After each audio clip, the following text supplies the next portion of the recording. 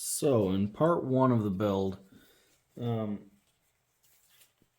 essentially got the pieces of the box cut and assembled, and I did talk about what type of finish I wanted to use. I did not come to a decision on it yet.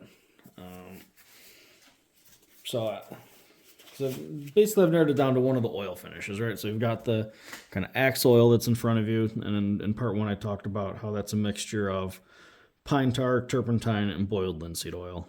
The pine tar gives it that little bit of a darker color, rather than just the straight boiled linseed oil. It does take a little bit longer to dry, which is fine. And it can, if you apply it too thick, it can get a bit tacky. Which, if it's an axe that you're really kind of like looking to have a lot of grip on, that's not necessarily a bad thing.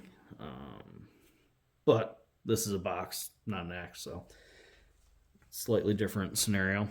But I really wanted to see how much it affected the wood. So if you kind of paying attention in part one, I did have an offcut that was the same cedar from this box. So the cedar that was on the sides here. So that's this offcut here. I've sanded it, so it's got the same surface finish as the box now. You know, took it through 100 grit, then 200 grit or 220 with the random orbital sander. So this little offcut's got the same, same surface as the box itself. So it should, in theory, react the same. Or get to show me how the coloring is going to turn out. Axe oil here.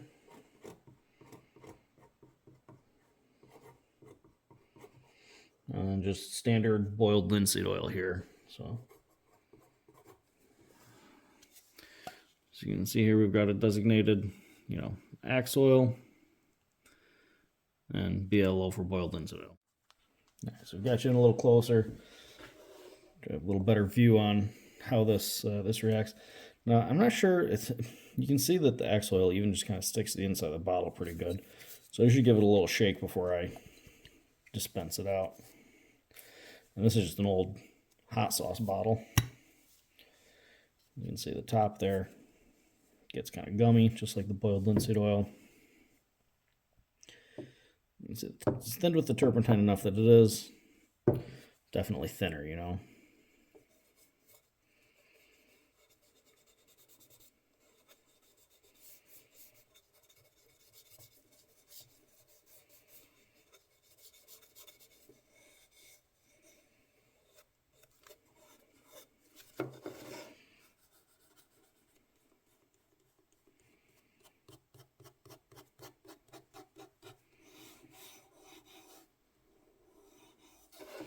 The one downside of sanding your project, whatever it is, super fine, like 220, it's not super fine, but it's definitely on the finer side, is that it doesn't take oils and finishes nearly as easily as a rougher finish.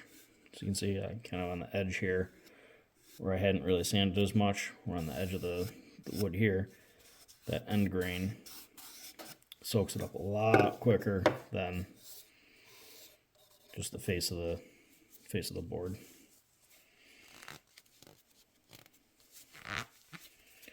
All right, so that was our axe oil. I like the color of that. Still kind of settling in, but give it a little time to do its thing. Now let's get our standard boiled linseed oil out. And I just keep this in an empty sriracha bottle because it's a bit easier to dispense than one of those kind of like metal cans from the hardware store.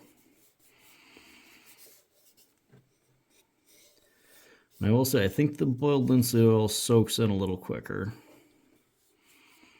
Might be because it's just a tad bit thinner.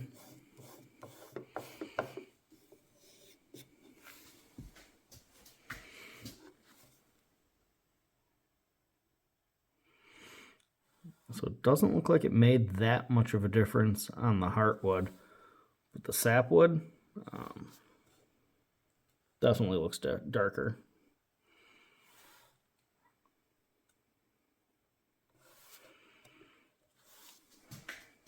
So give that a few minutes to soak in. kind of let it do its thing, kind of penetrate into the wood for a little bit. And we'll come back and kind of wipe it off and see where it ends up. All right, might be a little bit hard to see the difference between the two. It's a little easier to see in person. Kind of the harsh LED lights in here kind of wash everything out a little bit, but I do like the slightly darker hue of the axe oil on the sapwood. I know Big Life commented saying he was thinking the same thing, that it would be do a little better theming with the kind of the rusticness of the box. You know what, I 100% agree. Even though I think it might take a little longer to dry, that's fine. It's just a box. It can sit there and dry and still hold kindling and be perfectly functional. Maybe that's a pretty good, shot of the difference. I said the sapwood looks to be about the same color, or the heartwood looks to be about the same color with the axe oil and boiled linseed oil, but the sapwood definitely takes on kind of a more amber color, I guess, a little browner, a little darker. So I'm leaning towards the axe oil.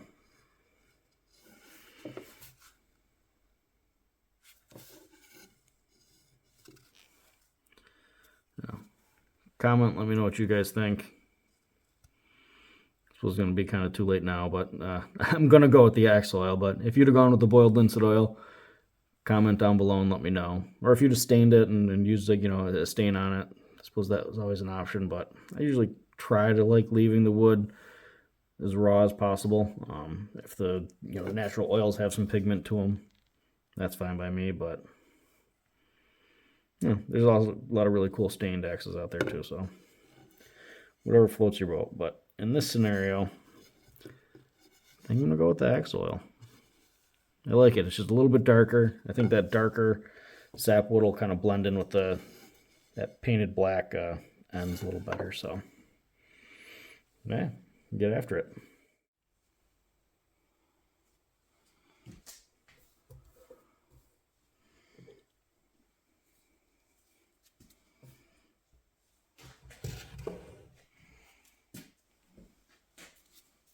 So I know applying oil finishes is always a satisfying shot. So I'll try to get a good look at it for you guys.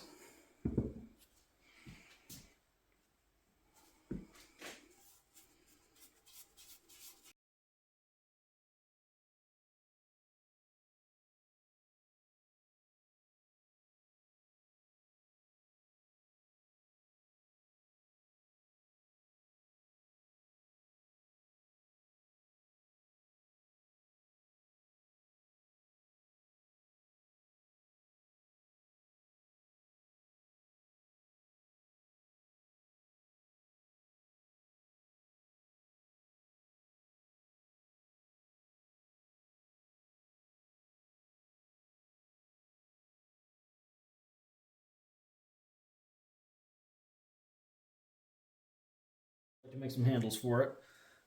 Just basically something simple just to grab onto, to be able to just kind of like pick the box up, just so I don't have to try to reach my hands around it or underneath it.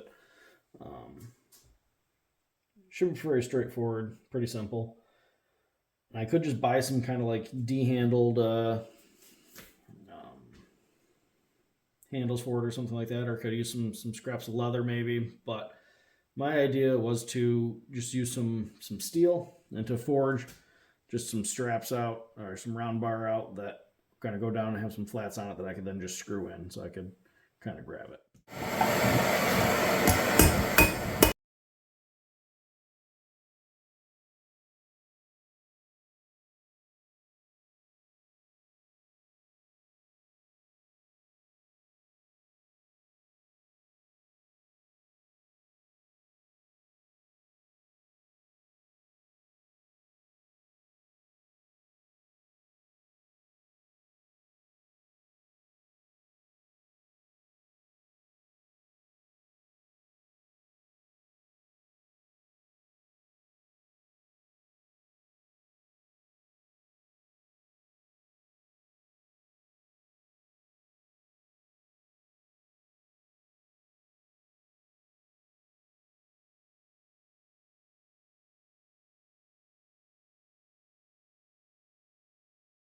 Alright, so I think the handles are, for the most part, forged-ish. They've got some scale on them, they've got some burnt up paint on them still, so my plan is to just clean them up on the let them cool down, and then let them clean them up on the wire wheel. And then I'll punch a couple holes in them. Not punch, drill a couple holes in them, and see how they match up with the box. I'm not sure what I'll do for a finish on them. Maybe I'll do. Maybe after I clean them up, I'll heat them up again. Do like a maybe just like a rubbed oil finish on it, I guess. Maybe some beeswax. We'll see. See how I'm feeling when they cool down. Alright, I will admit, I forgot to hit record when I cleaned these up on the wire wheel, but if you've seen anything get cleaned up on a wire wheel, I'm sure you can imagine what it looked like. So now that they are cool, you can see that they're flat-ish. At least flat with the best of my ability with just kind of figuring out forging. They did not come out perfect, but like I said, I'm still learning, I'm still trying. I think they came out passable, you know, like that's all right. I could probably clean them up on like the belt sander, but I kind of like to keep the kind of finish how it is. Gonna keep the hammer marks in it. I think it adds to kind of the rusticness of it. So they're not terrible looking. Definitely, you know, for what I'm trying to do with it, I think it'll be perfectly fine. So I've got my, you know, center punch here. I'm just going to punch some holes or some divots so I can figure out where I want to put the holes that I can then use to screw these into the box. Some divots, so you can see the handle sizes are just a little bit off too. The one is slightly bigger than the other. I tried to make them the same, but yeah, either way they both fit my hand, so should work. So if this really fights me, I'll get it set up in the drill press, but I really didn't feel like taking the wire wheel that I've got chucked up in there out yet. So I think I plan on just using drywall screws, same as on the side of the box. So hopefully that'll be strong enough. It should. Like I said, it's just a light kindling box, so I don't think it'll fight me too much, but or it'll be too heavy, and I'll have to really overbuild it at all. But if drilling this really fights me, I will get it chucked up in the drill press, but I'd rather not. It's kind of more of a hassle for just 4 little holes.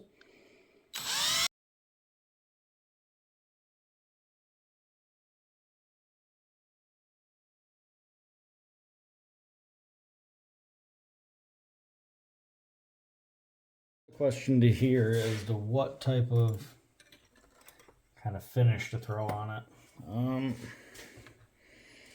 I think a traditional kind of like blacksmith's type finish is just hot beeswax.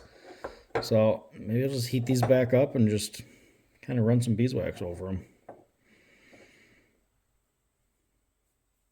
I'll try it out.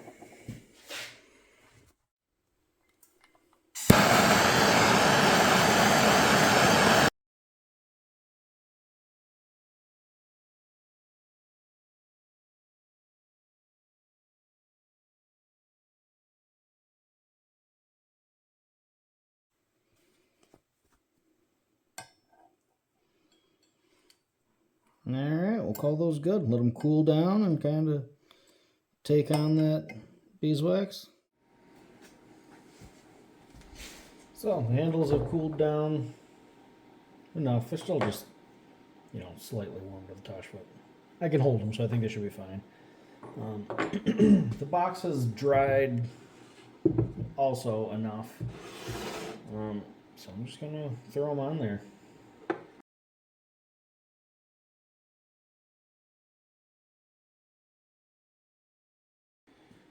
Alright, I'm calling it the project is done. The only thing that needs to happen is for that oil to kind of finish curing on it, which will take a little while. That's alright. I like the look of it. I think the handles came out good, just kind of just what I was going for. A little bit rustic, a little bit industrial. The black drywall screws I think match, just big enough for me to kind of barely slip my fingers in there. Again, it's a light kindling box, so that should be exactly what I need.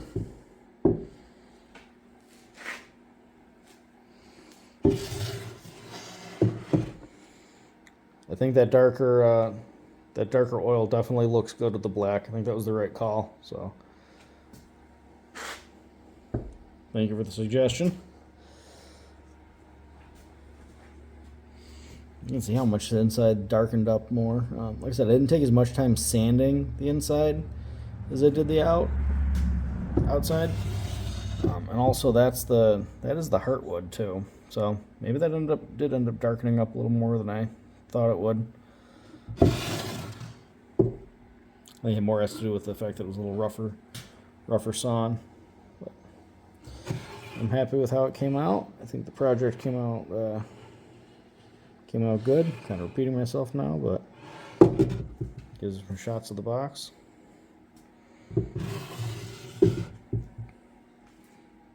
Not my usual type project, but I figure you guys might want to come along and see what other stuff besides axes that I tinker around with.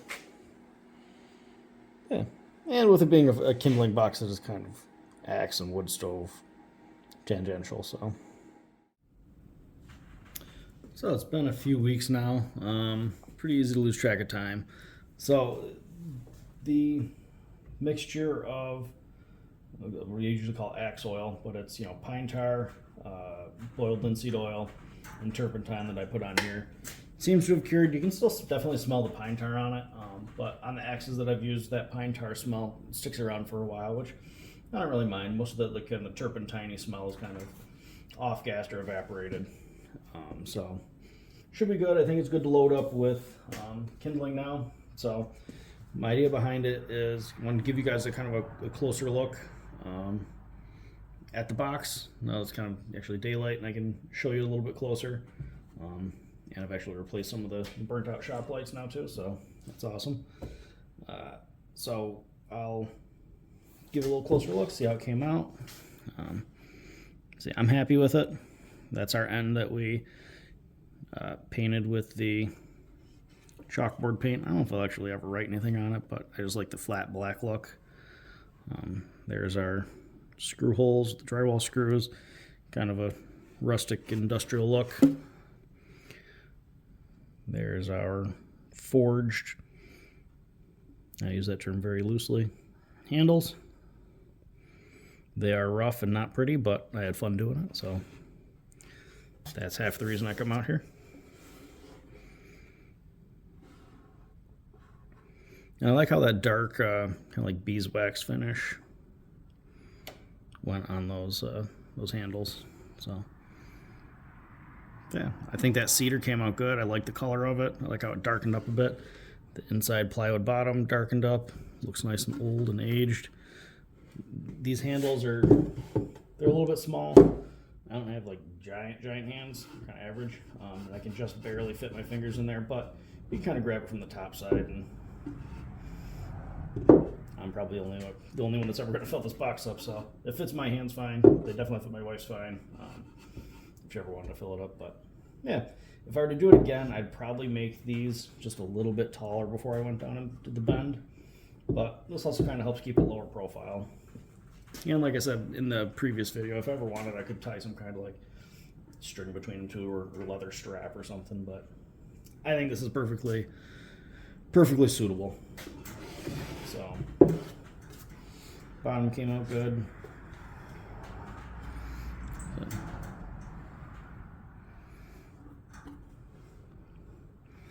Some better shots of it now that it's all kind of dried and cured.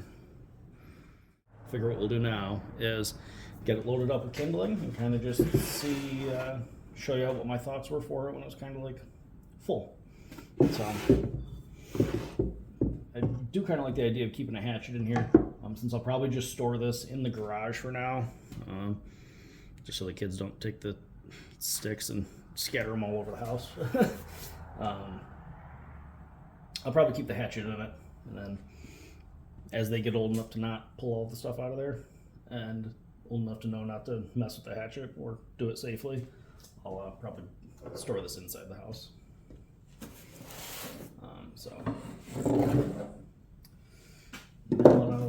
this is just some firewood.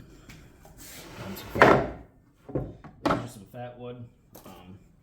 Fire starter. I think this is a 10-pound box. I can't think, it was like 12, 15 bucks off Amazon.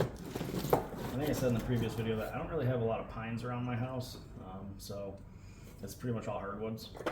So coming across fat wood isn't super easy. And you don't use a ton of it when you're starting a fire anyways. It's really just a few sticks. So let's load it up here, a portion of it, and then we'll... The one issue I foresee with kind of the setup I've got going now is it might mix too easily. So I might kind of make like another smaller box to put in here, or maybe some kind of smaller divider or something like that, just to kind of keep the fat wood separated from the rest of the kindling, just so they're not getting mixed up. Yeah, it's pretty easy to tell when you're looking at them, but when you want to grab like 2 pieces of fat wood, you don't want to have to go fishing through a whole box of kindling to find those 2 pieces to, you know, lay on the bottom. So we'll get those loaded up and see how it's kind of going from the start.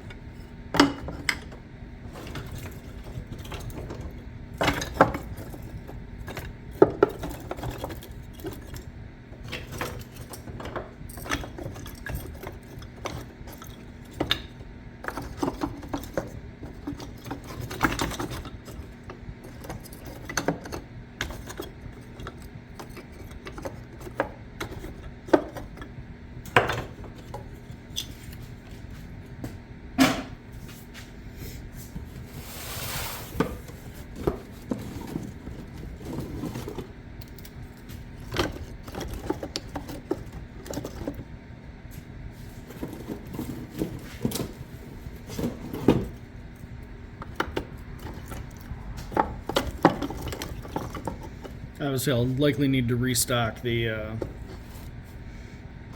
restock the hardwood kindling side faster than I will the fat wood, but you get the idea. There's still enough room in here to like use any other kind of little fire starters that people make, like the wood shavings and kind of like the wax ones. If I want to throw any of theirs in there, if I ever want to make them, or any other little bits of kindling. In there, still plenty of room to maybe a little hand torch or some lighters or box of matches or something like that. So yeah, I like the idea. I like how it came out. I think it's functional. I think it doesn't look half bad. I did end up cutting, I don't know if you noticed it, but I did end up cutting just a little divider just to keep the fat wood separate from the the hardwood, so just they don't get all mixed up when you're shuffling around in there. And it lets you know kind of when you're out of fat wood a little sooner. So yeah, I probably could have made the kindling look a little neater, but it is just kindling, so I'm not going to go too crazy with it.